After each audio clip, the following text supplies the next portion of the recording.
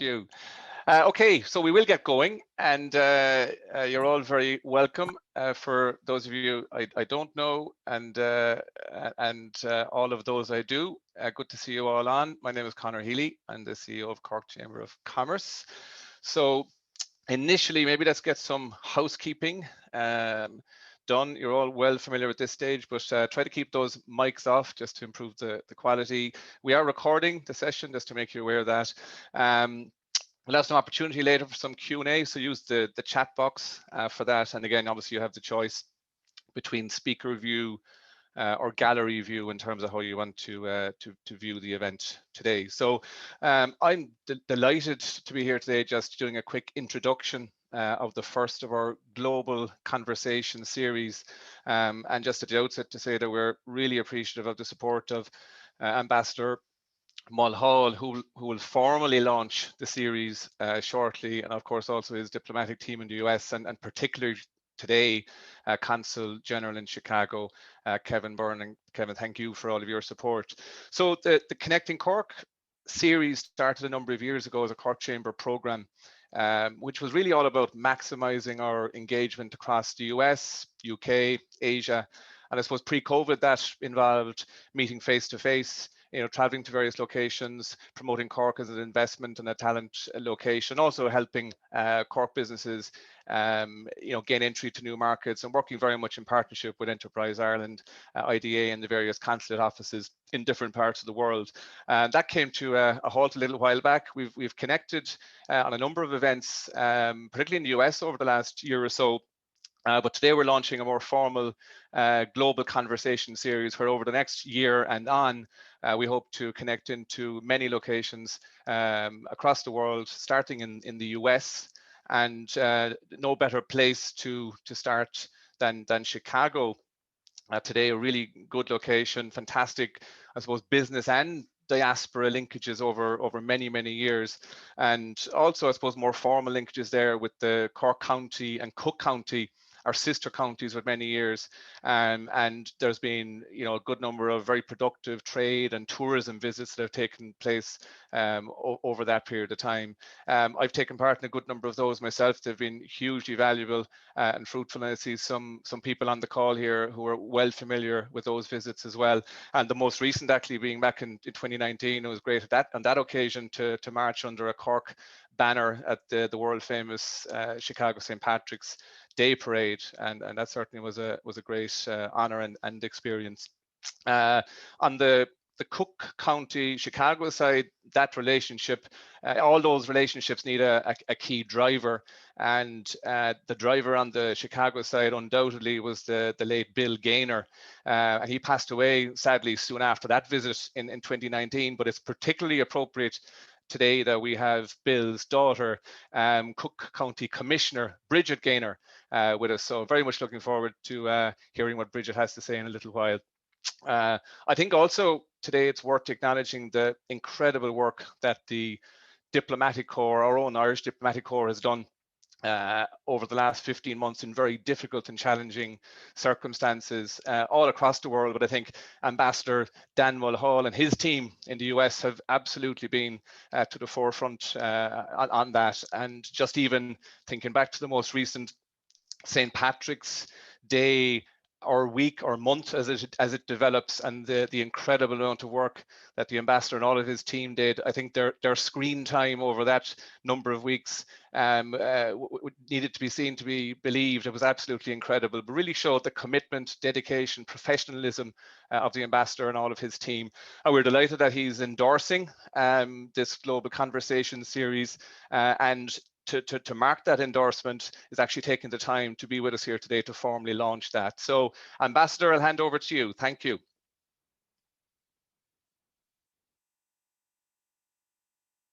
I'm delighted to be here, and I'm delighted to launch this series of global conversations organized by the Cork Chamber. The guiding light for diplomats, for Irish diplomats, for the past few years has been the concept of Global Ireland. And the idea behind Global Ireland is that we recognize that we're now a country that has both opportunities and responsibilities in the global environment. We have opportunities to develop our links with countries around the world, particularly the United States, which is one of our probably our most important external partner, individual external partner. Obviously, the European Union collectively is number one for us, but that's a different story. But in terms of external partners, the United States is far and away the most important partner we have. So Global Ireland involves increasing our global footprint, doubling our global footprint in all sorts of domains, in peacekeeping, involvement in multilateral organizations such as the United Nations, where we're currently on the Security Council as elected members for this year and next year, which is a great honor for Ireland and something that we worked hard to achieve, and now we're having to fulfill those responsibilities, and we're happy to do so. And my colleagues in New York are very busy as we speak, working away on the Irish agenda at the United Nations. It also means expanding the number of Irish embassies and consulates around the world. And next year, we'll be adding to our consular network here in the United States by opening a consulate in Miami. So there's a lot happening in terms of Global Ireland. It also means upping our involvement in peacekeeping and also means actively promoting, as we've always done, but stepping up further, even the promotion of Irish exports, the promotion of Ireland as a destination for high quality inward investment, and of course Ireland as a tourism destination, particularly popular among Americans. In 2019, more than 2 million Americans visited Ireland. We look forward to similar numbers coming back again, probably not this year because the tourism season is going to be truncated this year, but next year I would expect that we'll have a huge influx of American tourists into Ireland, including of course many from the Midwest. And of course there are still flights from Chicago to Dublin. There have been all of the last 15 months during the course of the pandemic. We've always been connected with Chicago because that's one of our key connection points in the United States. It's one of the key partner areas we have, the American Midwest. But you know, Global Ireland is not just a matter for the embassies, for the embassy of the United States or our consulates. Global Ireland is a national project, has to be a national project, otherwise it doesn't work properly. And not everything can be done on a government to government level or by embassies and consulates. We need a multiplicity of connections to link us with the United States. And that's why every county, region, city, town in Ireland should be looking to see what it can do to connect with the opportunities, the challenges, and the responsibilities that we have as a country that's now a fully developed country, but can't sit back on its laurels, can't be complacent because the world is moving on. The world is ruffled. Things are changing. They're not always changing in happy ways. There are some very difficult challenges on the horizon. There are some daunting situations that we have to deal with. But we have to deal with them not just from Dublin or from the Department of Foreign Affairs or from our embassies, but collectively as a country. And that's why I am particularly supportive of what the Cork Chamber is doing in reaching out and having a series of conversations, not just talking to itself. Because one of the things that I have discovered over the course of my long now diplomatic career, more than 4 decades, is that the world doesn't owe us anything. And while we might be a wonderful people, I know we are, but unless we connect with people, tell our story, make ourselves known, we will not thrive and prosper. So it's only by being active, by engaging in conversations, by talking about ourselves, by listening, and by contributing to a global conversation that we can be a country that has a properly anchored position within the global economy and within the society of nations to which we belong. So it's very important that places like Cork, our second city, organizations like the Cork Chamber should be active in reaching out and making new connections, because America is a vast country and we will never have enough connections with the United States. Every connection we develop will have value, will add something to the mix. Because it's a large country, our relationship with them, with America, has to be multifaceted. It has to cover the full range. We have to connect Ireland fully in the round with America in the round, rather than focusing on one or two areas, which we might have done in the past. Now, Irish-American relations are unique. They go back, they're based on the experience of generations of Irish people who left our country, and in most cases in the past, never returned to their homeland, who made homes and lives for themselves and livelihoods for themselves in the United States, who helped to make the United States the country it is today. People like the family of Commissioner Bridget Gaynor. She's an example of a broader phenomenon, and I come across it all over the United States, of people of Irish descent, proudly Irish-American, patriotically American, but connected with Ireland, having an affiliation with Ireland, an affection for Ireland, an admiration for Ireland, who give us a connection with this country that's real and substantial. And you find people like Bridget, Commissioner in Cook County, all over the United States. She's a good example of that Irish-American contribution to American life and also to Irish-American relations. And of course, that connection is now, we can now celebrate that connection at the very highest level of the American system through the enthusiasm of President Joe Biden for his Irish heritage. So we're very fortunate here to have so many people in the United States who value their heritage and value their association with Ireland and want to develop their understanding of and friendship with our country. But we can't afford to sit back. We have to keep innovating. We have to keep reaching out. We now have an extraordinary economic relationship, for example, with the United States. 800 American companies investing in Ireland. Even last year, with the world gripped by this terrible pandemic, you could see new American investments in Ireland being rolled out all the time because Ireland offers an attractive base for American investment within the European Union. Because Ireland has a highly educated, flexible, committed workforce. Because we can draw people in from other parts of Europe when language skills are required or skills that are not fully available in Ireland are required. We can draw on a pool of labor stretching across the 27 countries of the European Union. And we have a fair and transparent system of corporation tax, which has been part of what we've offered to the world, but by no means the sole or even the most important element of our economic offer to investors. More recently, we've seen an influx of Irish investment into the United States. We now have 700 plus Irish companies who have investments here. But there is a welcome here for Irish business. There is an enthusiasm for Ireland, but it's not guaranteed.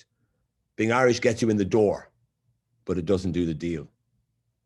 You have to put the effort in, put the commitment in. But I'm convinced that the story of Irish-American relations is one that's going to deepen and develop, thrive and prosper in the years and decades ahead. It's founded on a bedrock of people-to-people affinities and affections.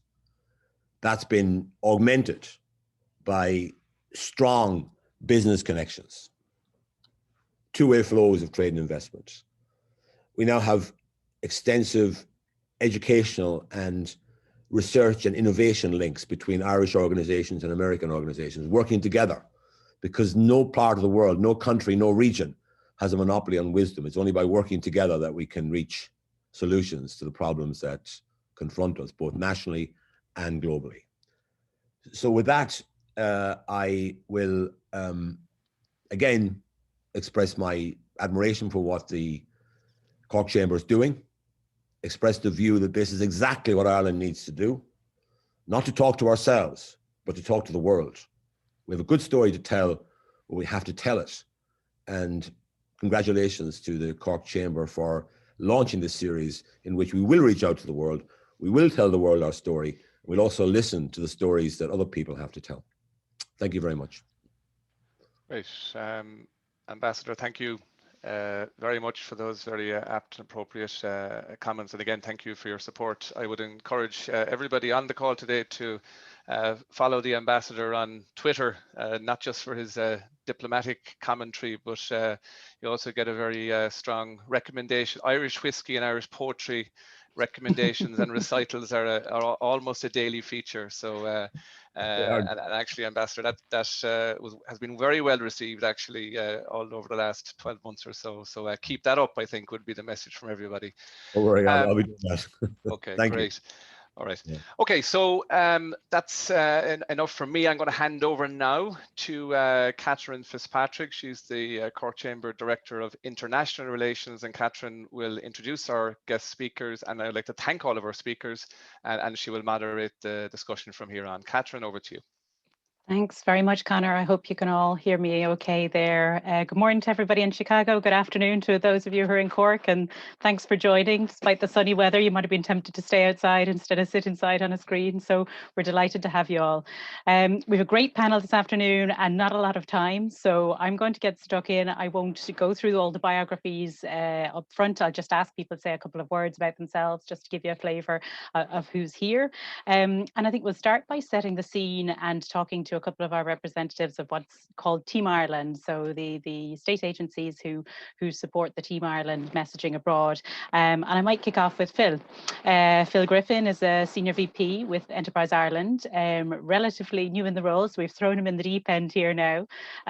Chicago born and bred. Phil, you might just give us a couple of lines about yourself and your own background. Of course, and first and foremost, thank you for having me here, and thank you for everybody for attending the event here. So my background, as Catherine mentioned, I was born and bred here in Chicago. My background is mainly in the engineering and manufacturing sectors, held multiple roles in marketing, sales, engineering, and I started with EI towards the beginning of the year.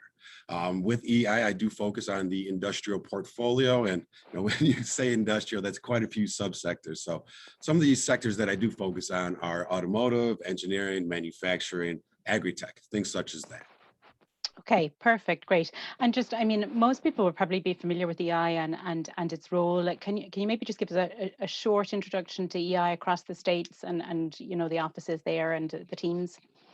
Of course. So EI, obviously based in Ireland with our HQ, we're really focused on helping Irish companies grow and scale across the globe. Here in the US, we do have 6 offices. We have Chicago, Boston, New York, Austin, San Francisco, and Seattle. And we have around 35 staff members. With the staff and all the different offices, they are in key regions, and we support the whole US as a whole based on where we're at in each office. Okay, and in terms of just the value of Irish investment in the US, the ambassador mentioned there 700 plus Irish companies in the USA. I mean, is there anything you'd add into that in terms of the importance of Irish investment in the US? So yes, the Ireland and the US have a long-standing partnership and a great relationship back and forth. So some of the things is, exports to North America totaled 4.5 billion. In 2020, which accounts for 18% of all exports coming from Ireland. So that's something that's very important, as the US is a key market for Irish companies looking to grow, looking to scale, as well as there are 900 EI supported companies based here, or with offices here, in the US, 80 of them in Illinois alone. Okay. Great. And so for companies who might be on the call this afternoon, companies who might be looking at the US as a new market for them, can you talk a little bit now in a bit more detail about the opportunities in Chicago or the broader sort of Midwest area, the kinds of business, the business environment that people would expect to find there, things to look out for?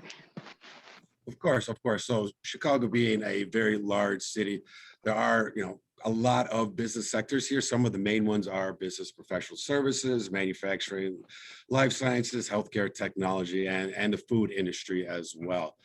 But as the ambassador mentioned, Ireland and the US, they share a lot of the same qualities, a lot of the same ideals, because a lot of Irish people, when they first came over here to the US, did settle in Chicago, in Cook County. So the business environment is always a little bit different when you're talking to different businesses, different sectors. It's a little sector specific, but in general, you're going to be finding a very welcoming business avenue, business environment. People want to be open and honest, but they also, they are busy. There's a lot going on. So they want you to, when you are able to have the meeting, they want you to be prepared. Something that the ambassador mentioned as well, being Irish will get you in the door. Once you're in the door, you need to make sure you have your value proposition in order, make sure you've done your market research, make sure you you come prepared. So that way they recognize that, they feed off of that, and they're more likely to, even if it's not a great fit in the beginning, but continue to do business, continue to speak with you down the line. Okay, perfect. And I mean, in terms of, the business environment there, obviously the world is dealing with the COVID-19 pandemic. I mean, has that affected businesses significantly in the Chicago area? Do you find that people are still, able to have those conversations around, coming into the market? Has that been made a lot more difficult, or?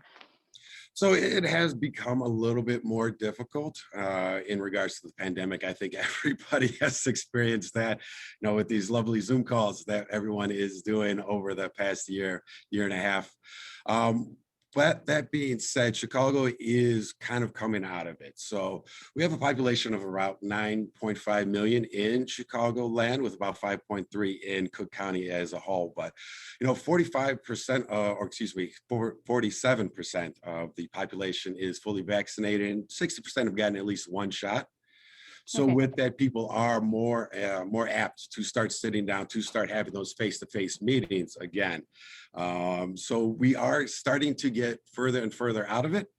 And as time continues, people are more open to sitting down, having those conversations where you can't fly over, you can't sit down.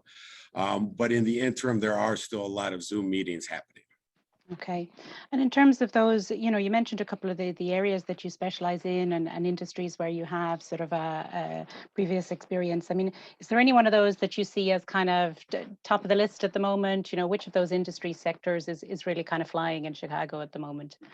Yeah, so there's, Chicago being like a global city, as I referenced earlier. Some of the fantastic things that are happening here are the, automotive is close by, aviation is huge, education, life sciences, all of those industries, and the food industry as well. They are really booming here in the Midwest and in the Northeast. So they are key demographics, key areas, key regions that I believe will be very beneficial for Irish companies looking at expanding to the U.S. And based out of the Chicago office, it is kind of the Midwest and Northeast act as one entity. So we've then, really focused on those areas and those industries that I mentioned: the automotive, the industrial, the education, food, life sciences. Those are key sectors in the Northeast and in the Midwest. Okay, perfect. And just, I suppose, a conversation, obviously, something that's top of our minds all the time in Ireland at the moment is that whole Brexit discussion.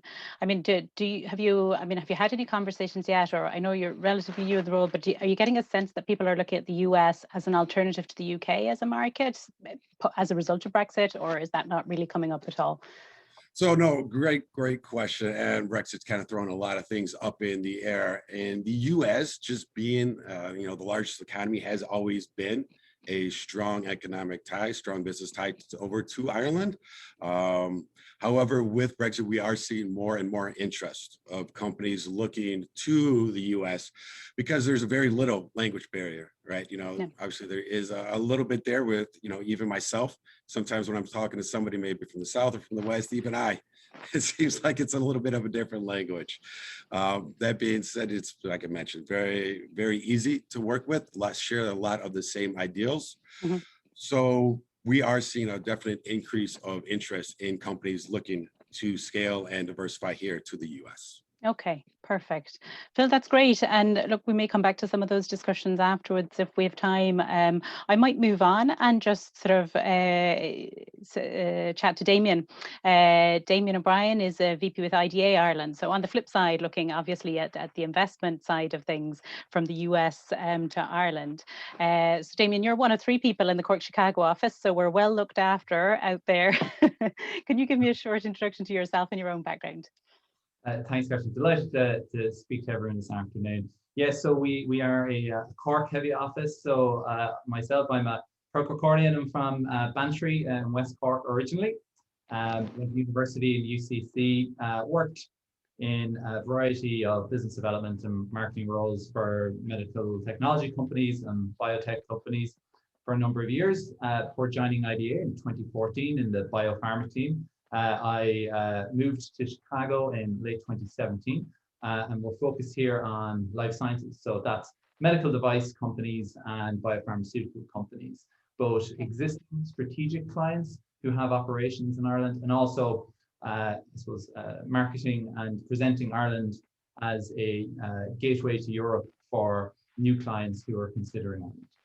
Okay, and just in terms of the geographic spread again of IDA across the US, in terms of the offices, I mean, and the breakdown of sectors, is yours one of the primary offices focusing on the life sciences industry, or where are those offices maybe for people who aren't familiar with the IDA? Yes, so we have 9 offices currently in North America. We've recently opened offices in Toronto and Seattle. So we have been expanding our presence in the US. We have around 35 individuals as well. Here in Chicago, we have a team of 7. So we cover technology, financial services, life sciences, engineering, and emerging business. And focus in this office, really, it covers all those sectors. So we would have significant life sciences investment out of this office. We've been here since 1969. So we have a long presence in the city, employing around 10,000 people from 50 companies invested in Ireland out of this office. Predominantly on life sciences, but also significant business services, financial services managed out of Chicago. Okay, perfect. Obviously, life science is a really relevant sector for Cork. And could you talk a little bit about maybe the sector currently, how it's performing in Chicago, you know, given all the global challenges, what the outlook is there for that sector? Yeah, you know, obviously it's been a challenging time for everybody, but I suppose the track record of Ireland has really helped us during the COVID period when a lot of executives couldn't travel and business decisions needed to be made. The track record of Ireland in companies investing, staying and growing. Many of our clients have been here, you know, since the start of the office or even longer. They've been in Ireland, you know, 50 years. And that track record of continuous reinvestment has really, really helped us, particularly in the life sciences industry. I would say, you know, it continues to be a very strong sector for us. We've been quite fortunate in the last number of weeks. We've had some great announcements. So Horizon Therapeutics announced the acquisition and investment in a biologics manufacturing facility in Waterford, which is going to be a fantastic investment in the southeast. Biotish announced a new EMEA logistics hub in Dublin last week. 3M, you know, a huge brand out of Minnesota, just announced a new investment in Dublin in a technology centre. And then in Cork, you know, Eli Lilly, Stryker, AbbVie, Accenture last week. There's just been, you know, continuous long-term investment into Cork from the region. So it absolutely remains a very strong sector for us. Absolutely, and obviously such a competitive space as well at the moment. I mean, what sort of questions do potential investors ask about Ireland? What's top of their minds at the moment? What are their key priorities? Well, number one is going to be talent. Can we get the right people? And that is the number one question that we have. If you are investing in a new location for the first time, this is a huge corporate decision. So you want to make sure that you are going to get the people to not only run the facility, but, you know, if you're building a greenfield, does Ireland have the engineering capability to manage that? These are huge, complex, multi-year projects. So we obviously work very closely on alleviating any of that by providing statistics. Pre-COVID, we would invite companies to Ireland and showcase other facilities, greenfields, options for companies, and so really highlight that Ireland is the location that you can do this. Of course, there are a lot of standard questions then that all our competitors will be providing around the availability of facilities and the kind of more softer side of things. But talent really is the number one question right now. There's a war on talent everywhere in the world. In the US, you see companies really struggling to fill roles. And that's no different when companies are looking to invest in Ireland. Absolutely. And look, I think I would, say that Ireland performs very strongly. And in conversations we have ourselves with our own members, talking to many of the multinational members that we have through the chamber, I mean, talent is always top of the discussion with them as well. And in fact, they are very happy and very satisfied with that engagement with the third level colleges. And in fact, our 2 universities here now in the Cork region. Is that something that's going to be sort of unique now, a new unique selling point for Cork? The fact of the new MTU becoming a university status. So now we're sort of a 2 university city and region. Is that's obviously going to help you guys in selling this region? Absolutely. So when a company is investing, they want to create links with the university and ITs and educational facilities in the city. So it really does help us, and both UCC and now MTU have been really active and engaged with clients and really understanding their needs in what sort of talent they need to continuously come through. And at the end of the day, that's really been showcased by the amount of reinvestment. There's no better reference cell for IDA and for Ireland than the continuous reinvestment in Cork and in Ireland from our companies. But it absolutely helps. Another university certainly won't inhibit us in marketing Cork. So it'll be great. And maybe just to finish again, the same question to you actually on the other side, as I asked Bill in terms of the Brexit discussion, do you think maybe life sciences is different, but even for some of the other sectors that the office is dealing with, are people looking at Ireland as an attractive proposition now, obviously, given the challenges of not being a part of the EU with your UK office anymore? Yeah, it still is a question. I think it would have been, at the forefront of conversations a number of years ago when this was first announced. So obviously it's not as topical as it was. What it has highlighted for companies here in the US in a positive manner for Ireland is that we really are a very consistent and stable location. We continuously, I suppose, highlight that there are no surprises when you invest in Ireland. So it is a topic. A lot of companies have already made the decisions to invest in their new European locations.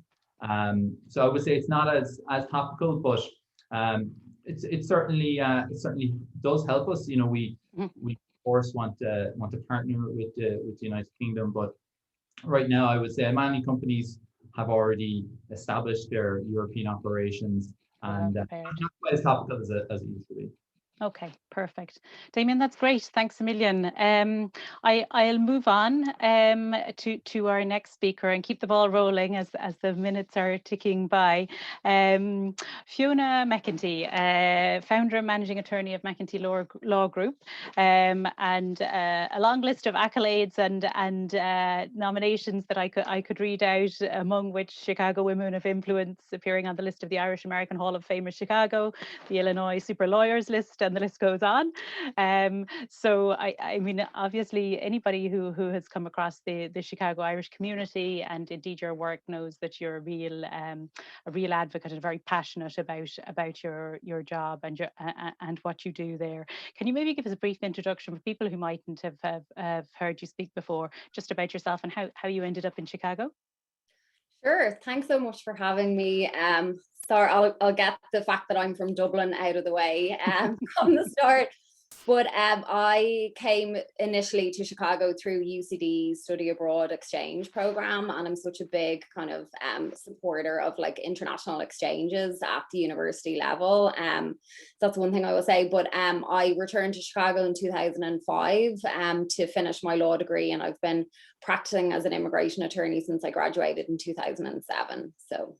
Great. And actually, you know, very prominently sort of advocating in this space and speaking to media across the board, both in the US and the Irish side as well, on these really important issues. So I know there's a couple in particular which are very close to your heart. I mean, you represent individuals and families, but you've also a really interesting role in representing a lot of sort of high profile people in terms of musicians, athletes, artists, people who come under this category of this O1 visa, which is all around having extraordinary ability, which I'd love to have a visa which said I had extraordinary ability. Can you tell people a bit about what that's all about? Yeah, I mean, the first thing I will say from a cultural point of view, I find that Irish people cringe when you bring up the notion of an extraordinary ability. I think we're kind of self-deprecating and humble by nature. So when I even suggest to people that they might meet the standard for extraordinary ability, you know, people are sometimes reluctant to even consider it as an option. But it is, you know, it's non-industry specific. It can be used across a variety of fields. There's the O1A, which is for people in business, science, technology, athletics. And then the O1B is basically arts, entertainment, music. So there's two kind of broad categories of O1. It's obviously not going to work for everybody, but we do them a lot for people in, you know, maybe like executive CEO. We also work a lot in the startup industry, so maybe startup founders. So things like if your startup has gotten press, if you've raised significant capital, if you've won awards, you know, if you're doing kind of original things like patents, or you don't even have to have a patent, but they're the types of things that you think about when you think about the O1. We love them because they're just not a one size fits all. They're very customized option. They take a long time, but that's just one thing that I note from just culturally dealing with people, not just Irish people, but people tend to shy away from calling themselves extraordinary, but sometimes it can be a great option for people. Okay, and so I mean the criteria are open enough. You don't have to be a sort of a global household name, but just to be able to demonstrate that in your field you're doing something special. Yeah, I mean, you need to show that you're at the top of your field. I mean, this kind of gained, dare I say it, notoriety with Melania Trump, because she got the green card version of the O1 visa, which is the EB1A. So you may hear it referred to as the Einstein visa, which is like the green card version. So I think maybe terms like that make it kind of intimidating. Yeah. And so again, it's not going to work for everybody, but it's a part of the analysis that we go through when we're looking at potential immigration options, especially for people who are running companies or having kind of a significant role in important companies. Okay. You recently wrote an article. The title was "Immigrant Entrepreneurs Can Fuel Chicago's COVID Recovery" in relation to startup visas. And again, this sort of specific area of startups is something you're really passionate about. Do you want to talk to us a little bit about your work in that area? Yeah, so this is like a huge passion of mine, is advocating for immigration options for startups. In addition to, so I wrote an opinion piece that was published in Crane's Chicago Business, which if anybody's interested in coming to Chicago, I would recommend that you sign up for a Crane subscription. It's a daily kind of publication, but that's something that, you know, they get the top 10, you get lots of news on fundraising and things like that. So I'd say Crane's Chicago Business, and then there's a newsletter called Chicago Inno, and they have them in other cities. Inno, short for innovation.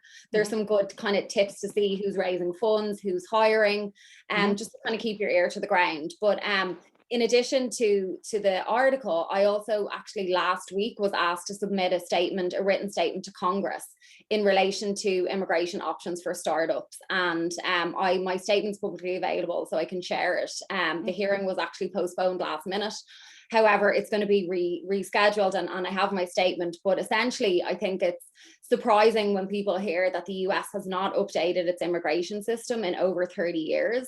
So what happens is we're kind of forced to deal with, let's say, the O1 and some other options that were created 30 years ago, you know, before we had phones, social media, all those types of things. And so you find that a lot of times the current existing options just do not readily fit the kind of situation. So the businesses that we have now. So, however, just kind of this immigration option for startups has kind of had I would say, a tumultuous history. But I think the thing to take away from it is that there is a new option for startups that was originally instituted by the Obama-Biden administration. It was put on hold by the Trump administration, but it's now back. It is called the International Entrepreneur Parole Program, and it is really specifically geared towards the startup industry. So it's not where you are investing your own money in a company like an E2, or even you have a foreign company and you're investing in the US. This is where you've raised venture funds from the likes of, like, you know, or VC and angel investors, even accelerator programs. There are some stipulations in relation to how much you need to have raised, and the funds generally need to be coming from a US source. You also kind of raised money from state, federal, and government grants as well. So this is, I think, the takeaway to know is that this is a brand new option. It's still very early days. I submitted a recommendation to Congress asking them to make some modifications for the program, given the existing COVID environment and the fact that the regulations for this were written years ago without any of this in mind. So I would say if someone has a startup and they're looking at coming to the US, this is something that should be on your radar. We'll be doing webinars and lots of events kind of like as this is getting rolled out, but I would just keep a note of that. It's the International Entrepreneur Parole Program, known as IER, International Entrepreneur Rule, sometimes known as the Startup Visa. However, it is not an actual visa. But anyway, I would just put that on your radar. Okay. So there may be people here involved in startups, or, you know, or working with startups who are looking for options. So this is something to really keep an eye on now. Yeah, absolutely. That's great. And just, I mean, in general, you know, the work that you do really celebrates the immigrants in Chicago and throughout the US. I mean, immigration can be sort of seen a bit as a dirty word. You know, we talked about, you know, from the Brexit vote was driven by an issue around immigration. So issues around immigration. In fact, President Biden declared June 2021 as National Immigrant Heritage Month.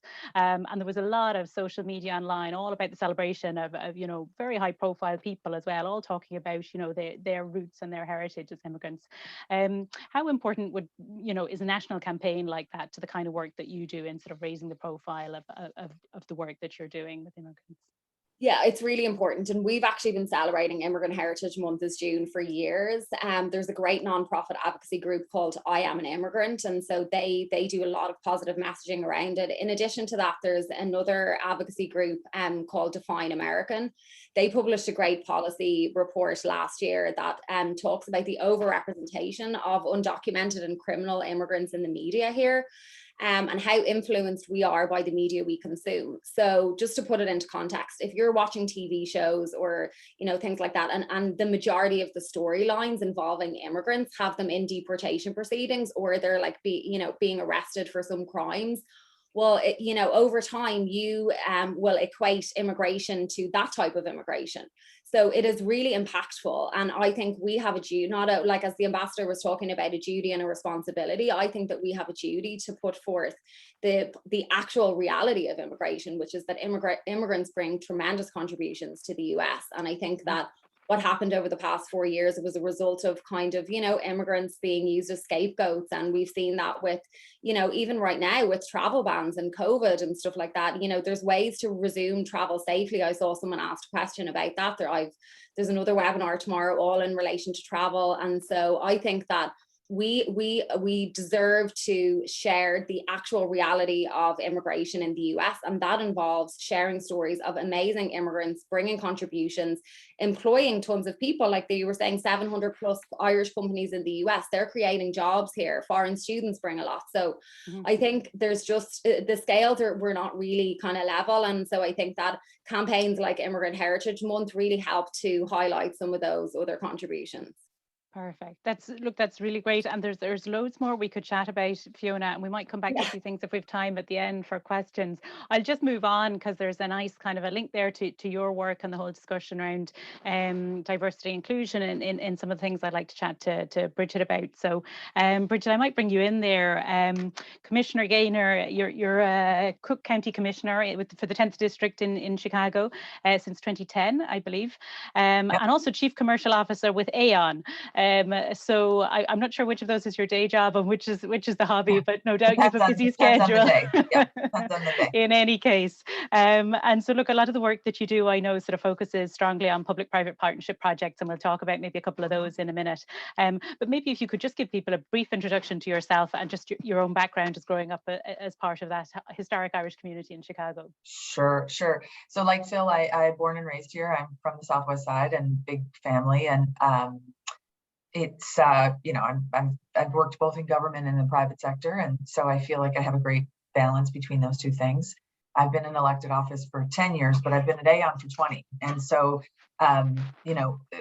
these large institutions, and I think this is one of the best things about Joe Biden's presidency, whether it's government or corporations or the church or others, these large institutions can be such forces for good. And so I think that our ability to channel our values through institutions that really have power in our society, to whether it's to build a stronger economy or to ensure that people live with dignity, those are things that are, for me, very important. And so I thought the ambassador's comments around,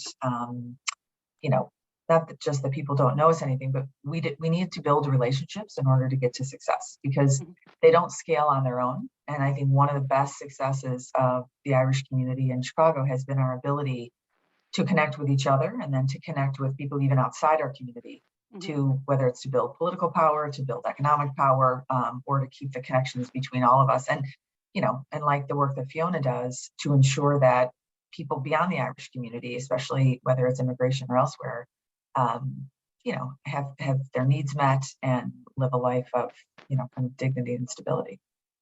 Great. Listen, and there are several projects we'd like to briefly kind of touch on there, Bridget, in terms of some of the initiatives that you've sort of spearheaded and driven in the area there. We talked about, when we chatted previously, the Cook County Land Bank. It's an interesting one to look at because, you talk about tackling the impact of vacant land and maybe derelict buildings. It's a conversation that's happening here in Cork actually at the moment as well, about how to do that and innovative ways to resolve those kinds of issues. Can you tell us a little bit about that initiative?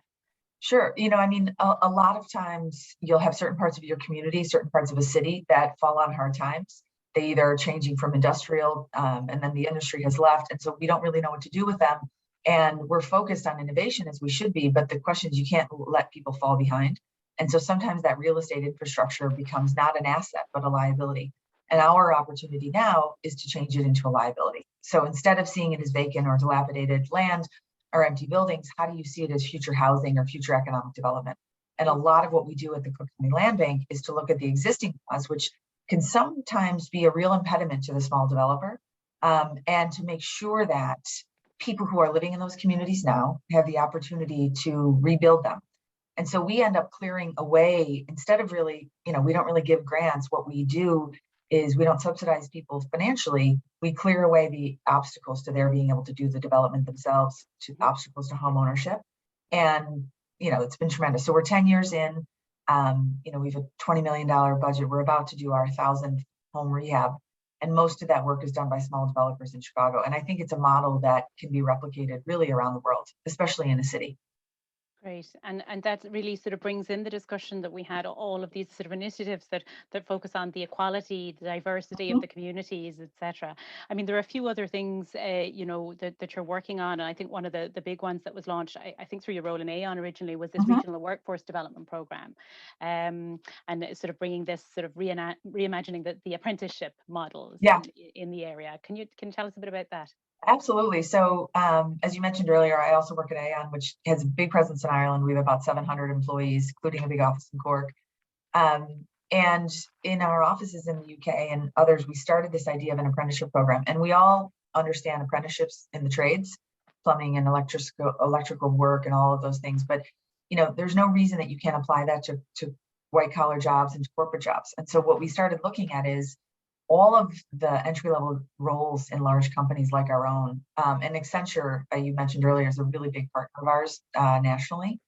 And they all required a 4-year college degree to enter. And the question that we asked ourselves is, does the job and what it requires every day actually require a 4-year degree? Or have we just gotten in the habit of asking for one because it's kind of easy?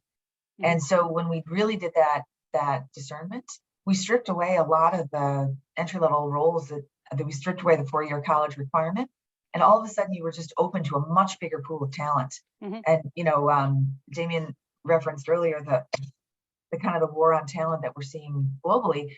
And if you're constraining yourself, you're not going to be as better off. What we say is, you know, if we're hiring from everyone and our competition is only hiring some people, then we're going to have the better workforce because we're actually opening ourselves up. And, you know, a college degree is great, but, you know, one of the comments from one of our managers today on was, you know, I would be happy in many times to trade a kid who's gone to college but never had a job with a young person who's had a lot of jobs and maybe just hasn't gone to college yet. And so there's a resourcefulness and a resilience and a kind of a savviness that we also need to build our business. Absolutely. And just rethinking the way that we do things, you know. Absolutely. I think that on-the-job training as well is so vital when you talk about sort of college degrees, and that's what people sometimes feel like from historically their degree might have missed out. They might have missed out on that opportunity to actually do practical work experience, you know, because that gives them the upper hand, that gives an advantage. Again, another program we chatted about previously that you spearheaded was this project called Cause the Effect Chicago. Again, about diversity and about bringing more people into sectors and areas where they mightn't necessarily always have seen themselves. Can you tell us a bit about that one? Sure. You know, it started really back in 2014, 2015, and it in some ways was a precursor to what we saw when Trump got elected, which was you really need to bring more people into these equations, whether it's opening up access for voting rights, whether it's giving people access to employment. You know, it is easy to overlook the opinions and voices and perspectives of people who don't have power in a society. And if you do that, it isn't just unjust, which it is, but it's also unproductive because you're not going to get the best possible outcome if you're only listening to some of the people. Cause the Effect was specifically around getting young women to, you know, to kind of raise their voices up. I had spoken at a high school and we had talked about feminism, and this group of young girls, surprising to me, said we never call ourselves a feminist because then people will think like, you know, we're like demanding and crazy. And I was like, feminism just means that men and women are equal. And so the idea that had been kind of relegated to a place of being embarrassed about it, to me was a surprise. And so and I have 2 young daughters as well as a son, and you have to make sure that we don't allow ourselves to kind of make ourselves small because we don't want to offend anybody. And demanding equality, whether it's around race or gender or immigration status or economic status, that's just the baseline. And we have to start to expect that. And, you know, we're in an interesting place in the United States right now where companies are actually speaking out about social issues or, you know, issues around justice in a way that we've never really seen before. For most of the history of this country, it was your job is to make money for the shareholders, and then everything else is kind of not so interesting for us. And now I think companies are starting to realize that if they only focus on the shareholders and they don't focus on their employees or their customers or the communities in which they work, they're actually going to make their shareholders worse off because you cannot just focus on one aspect of success in isolation. And so I think that is the opportunity for us. And, you know, I think that forcing ourselves to make our large institutions more responsive to the voices of everyone is really our challenge and our opportunity. Absolutely. And I think it's part of a global discussion that is already changing because of COVID. That whole discussion around well-being is just being, you know, emphasized so much now. And I think we're not going back from that now. So as you say, the people at the heart of the organizations are important. Yeah, we were very unaware of how many of our colleagues live their lives, struggles with daycare, struggles with wellness. And now all of that is right on Front Street for us. But look, at the end of the day, I think it comes back to exactly what the ambassador was talking about, which is the importance of relationships.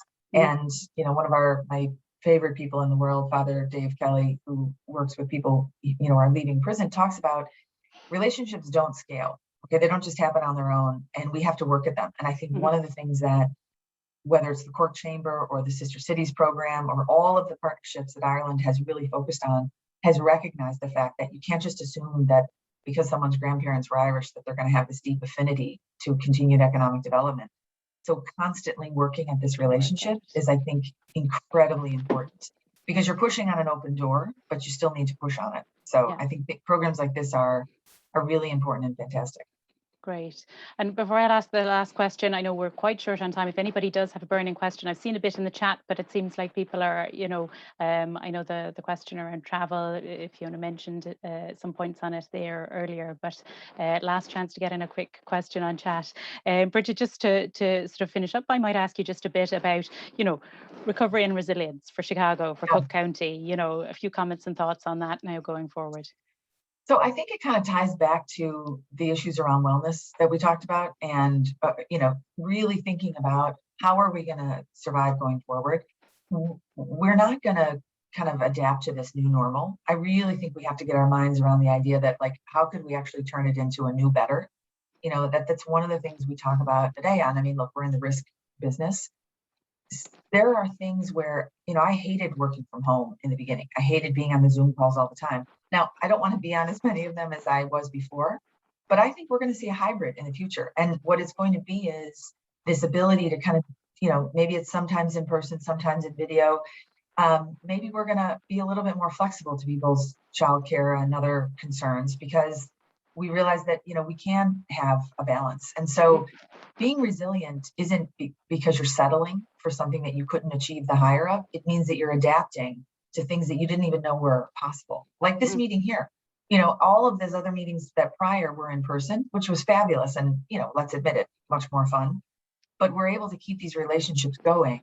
I think it's a good balance for us across the board. Absolutely. No, that's great. And it's a lovely note to finish on. And look, we're very short on time in general. I'd just like to thank all of the panelists for their contributions. And look, if there's anything that was said there that people want to follow up on directly, do let us know. And we'll certainly try and link you up. I'd like to give a couple of minutes just to close out to the Consul General, Kevin Byrne, who was instrumental in helping us put this event together there as well. And I'd just like him to say a couple of words to close out the discussions today. Perfect. Thanks so much, Catherine, and thanks so much to you all for joining. Really, I just want to speak very, very briefly about what the consulate can do to support all that Cork Chamber does and all of the companies that are on the call. Really, consulates, and right across our consulate network in the US, we're 7 consulates. So we're in New York, Boston, LA, San Francisco, Atlanta, Austin, and in Chicago. As the ambassador said, we're going to be opening up in Miami soon. Our job on the consulates is relationships. We're in the business of relationships. And what we can do there is connect and support. So we're well networked into all of our communities, be it political, business, cultural, educational, economic, right across the board. And really what we try and do is support the work of all these organizations. So EI and the IDA are experts in the economic field. We've got really strong partnerships like Cook County, Cork County, and then we've got experts like Fiona and folks that work in the immigration space. And really what we want to be able to do is to connect people to do business, to further strengthen both the economic and the personal relationship between the US and Ireland.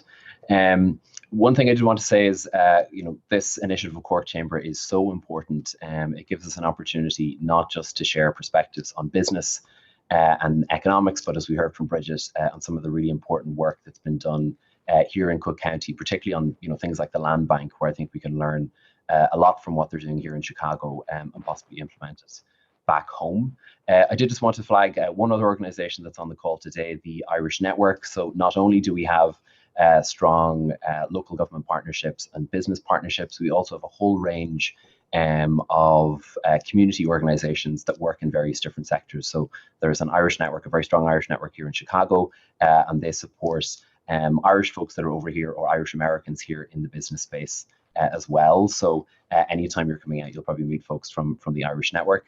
As Bridget said, it's wonderful to do these on Zoom, but also wonderful to do them in person. So we in the consulate look forward to welcoming any and all of you that managed to make it over here on one of the St. Patrick's Day visits or otherwise. But just final word is really to thank Connor and Catherine for this initiative. I wish them all the very best in the rest of them. If they're even half as good as this one, I think folks in Cork will get a great overview of the strength of Irish communities and the Irish business relationship right around the world. Thank you so much. Thanks so much, Kevin. And in fact, you've made all of my final closing points, which is perfect. As I said, I did want to thank again all of the contributing partners and speakers, and Ireland Network Chicago, Katie Fitzpatrick, again, as the Consul General said there, you know, the answer is always yes. When you go out, when you reach out to the diaspora networks, that goes for anything really, questions that we get from members coming into the chamber. Do you know anyone in? Do you know somebody who might? And the answer is always yes. People are really happy to help. So please do connect with us.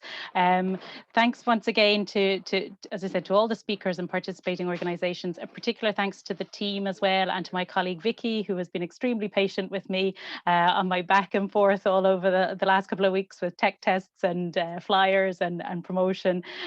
She's done a super job on all of that. We really hope to be able to meet you all again in person in the not too distant future. But in the meantime, keep a lookout. We will be launching the next of our series, next event in this series for the autumn, and we hope you can join us for that. Until then, this is our last big event for the next few months. We have a few small ones going on, but I'd like to say have a great morning, great afternoon, and have a lovely summer, everybody. Thanks very much for tuning in.